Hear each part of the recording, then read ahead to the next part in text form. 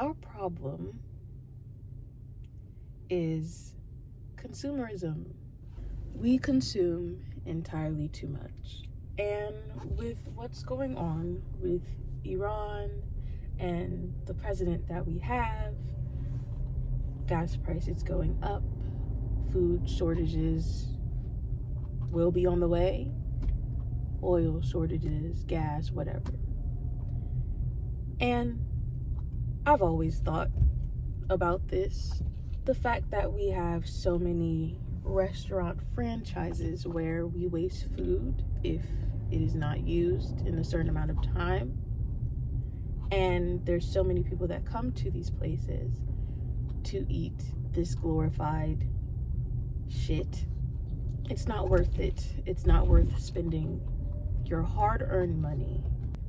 But that's off topic, on topic. What we consume, not just what we spend our money on, but what we consume into our bodies, on top of how malnourished we are, even with all of our consumption, it's not adding up, right?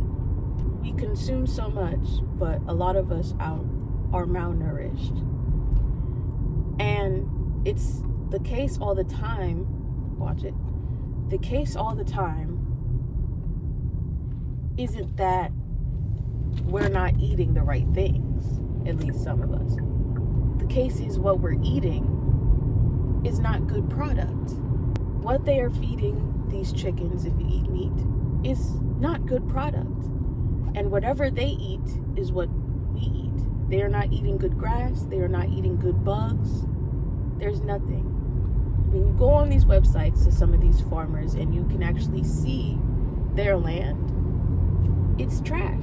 And not all of that is their fault. We consume too much trauma. We consume too many things that aren't nourishing to the body. We don't know how our bodies work unless we do the work to figure it out, which some of us, quite a bit of us, have done. Our society does not appreciate doctors and natural medicines working together, because all pills are is a refined version of the natural things that we have out here. These things that I'm sharing with you have been discussed with among friends, so I am stealing some of their sentence work. We do not have to eat 3 times a day. We only need to feed our body what it needs for fuel. We do not have to gorge. We do not have to glutton. This goes for everything. The way our society functions in the wintertime, we shouldn't function like that. People think, oh, you can't just make the world stop in wintertime or your region stop at wintertime. Maybe not all of us. You're absolutely right. But there's no reason why everyone should still be working the same as they work in the summer as they work in the winter.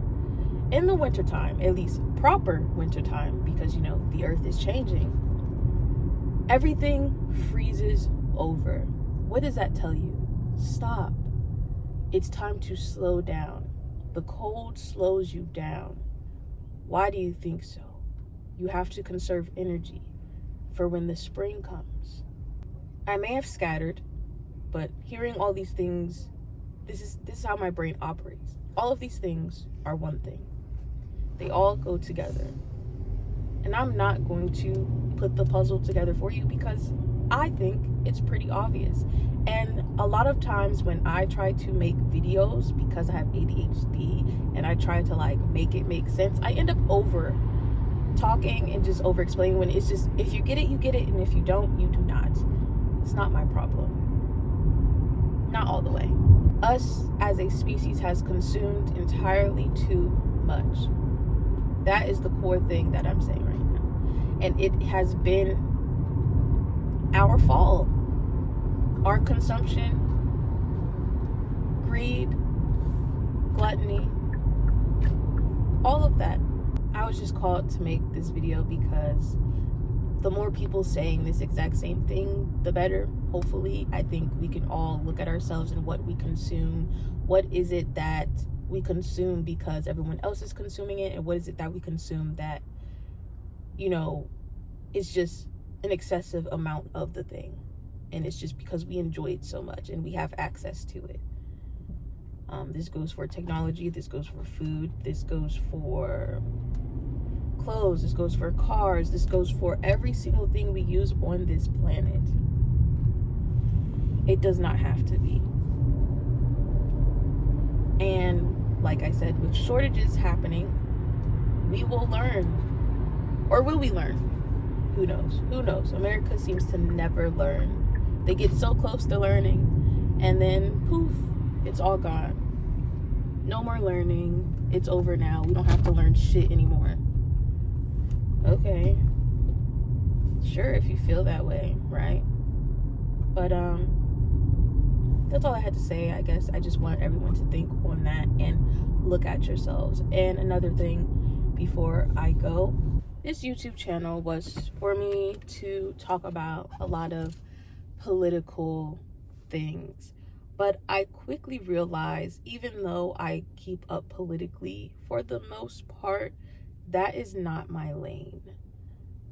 I am not that person. I don't want to share shit with anybody. I want to digest it myself. I don't want to feel the need to digest it and write about it and then try and share it, because it's too much that happens at once, and we need to conserve our energy for whatever is to come. And this is not saying that we should be really scared right now or anything like that, but this is a very important time for us to look within ourselves and keep the human part of ourselves human and present. We need to eat better. We need to move our bodies more, because anything could happen. We need to be able to help our disabled brothers and sisters, our disabled human beings, the people that live with us on this earth. The other day I saw a debate between what's his name, Dean Withers, and this girl he was talking to. And the way she said that Alex Pretty's life didn't matter just because he was a nurse or whatever, just the whole circumstance, I was just like, this is giving me, we need to be prepared to defend ourselves. Not that a civil war is going to break out as much as they want it to. I would really hope the war is between us as people and our government, and not white versus black, Mexican versus white, it doesn't need to be that. It never had to be that. But I know history is not in a vacuum. I know this time is not in a vacuum. I know why and how we got here. There's multiple reasons, but I know. I've seen it. I've read it. It's very important right now for us to get our strength up and our mobility, and the inside has to work so the outside can work. And it really just starts with research, like everything else. Right now, my boyfriend is the health nut of the relationship. I like a lot of things that he does. He's my little acrobat. Not quite yet, but he's my little acrobat. And we don't eat that much, maybe one meal a day, and that will last us. We share meals, actually. We share meals most of the time now. Anything we don't share, it's still very small on our end, because when you feed yourself with the right things, you don't need a lot of things, especially and whatever your output is, you just need that input. And that can even just be as simple as a cold press fruit juice. Coconut water. I don't like coconut water, but that is one of the things. There's this Mediterranean salad from Panera. Like, there are options out there where even if you can't cook for yourself or don't have too much money, there are options for us to ration and be mindful about what we're putting in our bodies and what we then use that energy for. There's a Mediterranean salad from Panera that's really good. I eat that one without the chicken. The one with chicken is like $10, $11 with tax over here. I'm in Maryland. And without chicken, it's like $8, $9. Very good. It has onions, it has hummus, it has I forgot what seeds are in there. Cucumbers. It's a vinaigrette for the dressing, I think, something like that. And it's really, really good. And it's really nice, and it fills you up really good. It's perfect. We're in a spot now where I can't just be cooking and stuff like that. And even so, like I said, we don't eat a lot, and we are perfectly fine. Feeling hungry is fine. That means your body has fully digested everything, and when you wake up, you're good to just have like a fruit juice and call it a day. That is your energy. That is what is giving you your shit. Something he told me that I hold on to is the fact that our body, we've been told this since we were younger, our bodies are 70% water. If we are 70% water, why are we eating all of these solids? And I had to sit with that for a moment, because I'm like, you're right. If we are this thing, we need to feed it so it can, our bodies are very unique. It's a very interesting thing. It's interesting topic, how our brains work, how our bodies operate, how if we don't move it, we'll lose it. I have a bad rotary cuff, and I've been on and off. I thought it was better, but I guess it's bad again.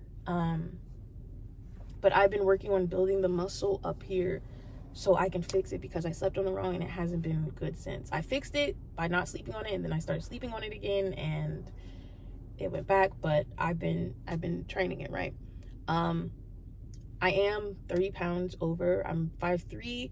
I'm supposed to be in the 120 to 130 range. I have lost 4 pounds. I used to be 167, now I'm 163. It goes up and down, of course, throughout the day, but I don't check my weight every day, because that's just not what you're supposed to. I don't think that's good for you to do. I don't stretch every day, even though I need to, but I sleep on the floor, and sitting on the floor, you kind of have to at least stretch your lower half, just because of how uncomfortable it can be. My knees started to hurt eventually, so that lets me know that my weight slowly started to hurt my knees. But when I can, I still use my knees. I still squat low. I mean, I have to when I get up off the floor. I am forcing myself to use my body. So put yourself in predicaments where you are forced to use your body. Do weight training. You don't have to be a freaking bodybuilder, but training your muscles, and you can ask any older person that's still walking around, your muscles, your weight training is going to save your mobility when you get older. A lot of us don't think about it, but you don't want to be having to use a walker. I mean, of course, unless you get in an accident, something happens, whatever. But most of us can avoid having to use a walker when we get older. At most, we'll probably use a cane just because it's old age, right? But we can avoid this and prevent this and change, because it's not that hard. We just want to consume so much. With that being said, conclusion. Now I want this channel to just be my diary as a human being on this planet, 27 years old, that was born in 1998 in Washington, D.C. And I want to bring to people new pathways in their brains. The more you do new things, you're building more neurons. I hope I'm using the right term. And that's another thing as to why I couldn't really be in the political field. I don't know the terms or exactly what year this happened or this. I just know I know something, and the name is gone. It lost me. I don't know what to tell you. But yeah, you can make new pathways. We are computers. You can switch your code. You can write new code every single day. You can write new code for yourself. And I want to be able to help people write new code for themselves and think about who they are as a person, why they are this way, what needs to be changed, being honest with yourself, what needs to be changed, who you have around you that is able to be real with you. I got put in the principal's office the other day by my boyfriend because I wasn't focused enough. We weren't focused enough. He was in the mindset of, if you're failing, then I'm failing, and we're both failing. So we have to organize some things and get this right. And that's just what it is. And we all, as human beings, whether you're in relationships with people or not, need to organize and get this right. Conserve what you can, rearrange things where you can, and think about what you're doing to your body, because it all starts there. Once you fix whatever code is here and whatever code is in your body, it can come out into the real world and it can help you accomplish whatever goals you have, and also just what you can do for the world. So it can be a domino effect of success for everyone. And we have all been so separated due to the rise of the internet. It just keeps getting worse and worse. And I'll give this example before I cut this video off. This morning I was driving some passengers, and they're from New Jersey. The Uber driver they had last night was an older woman. And in the area that I live in, there are a lot of older people like, oh, it's a war zone here now. Oh, it's so many robberies and da-da-da-da. This Uber driver, this older lady told them, oh, I'm one of the only woman Uber drivers in the area. One, wrong, because I'm an Uber driver, even though they do send me out to the city a lot. Two, all of the places close around 9 now because they get robbed. Incorrect. These places have been closing early since COVID happened. COVID is still around, of course, but this was once COVID hit, people started closing early once everything opened back up again. What else did she say? Yeah, she just basically said this place it's a lot of crime now. And I'll say maybe it is more crime than before. I've been in this area all of my life, and I've seen it change, sure. But there's always been certain areas that will have something happen. And I don't think it's nowhere near Washington, D.C.'s level of crime, if it's even that bad, because I know things happen. But we're getting more people in our area. So it's going to be more commotion. That doesn't necessarily mean that it's super crime. It's a freaking war zone. You're just older and things get scary and things change. And I get that because my mom is the same way. She goes to her job, she goes to the grocery store, maybe get her ice from Chick-fil-A, the liquor store, her cigarettes, whatever, and she's in the house otherwise. Fine, whatever. But don't sit here because of the next door neighbor app will tell you this place is a war zone. You don't want to come here. And she even told them, oh, don't leave your trailer here because someone's going to steal it. That's anywhere. Someone could possibly steal something anywhere. That's like whatever, right? It could be here in the boonies somewhere. It could be anywhere. All of that to say, when we stay online, things appear bigger than they are. But that's where you have to use discernment, because just because something seems exaggerated doesn't mean it's being exaggerated. So that's when we have to kind of use, I'm not gonna say context clues, but look for more. See, like, okay, is this really a big thing, or is this one group of people making this a big thing? Like with the presidency right now, people be like, oh, everything's being exaggerated, and a little bit, just a little bit on some instances, but not all the way. Not all the way. The people of Minnesota, I take that as they are reacting just loudly enough, or just enough. I will take it as that. They're reacting just enough what needs to be reacted to. But yeah, I'll end it off here. I don't know when's the next time I'll even make a video. I don't know what it's going to be about.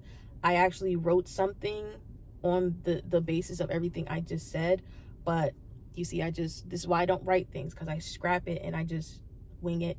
I've been trying to take my time with the things that I'm saying when I'm off script, so I don't feel like it was just whatever. But consumerism, consumption, take care of your bodies. That's all I really have to say. And get back to creating things. All of these things that I'm saying, like I said, it will show itself in the physical. I don't know whatever your circumstances are or whatever, but there is a benefit. And I think because people don't exactly know that benefit, I wish I could give the people the feeling that I'm feeling, so they will be more motivated to work towards that feeling. Because people don't believe it until they see it or feel it. For something like this, you have to feel it. You will feel so much better just changing the small things. You will have energy. You won't be bloated. You won't be inflamed. You can do things. You can live. You can, but yeah, that's all. I'm glad I was able to finish this.